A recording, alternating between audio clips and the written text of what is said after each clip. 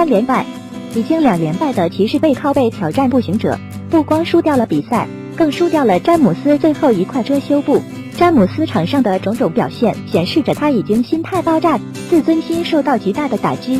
第一节比赛骑士的进攻火力出奇的强大，只让步行者单节得到12分，自己得到34分，可谓攻防俱佳。但是到了第3节，放松的骑士比分优势慢慢的被步行者蚕食着。第3节更是被步行者以32-16一举反超比分，从大比分领先到落后，巨大的反差让此时詹姆斯心态失衡，可以说心态爆炸了。第4节被斯蒂芬森切球后，直接恼怒推人，怒斥一地。以前面对纷纷的挑衅，詹姆斯可是一笑了之的。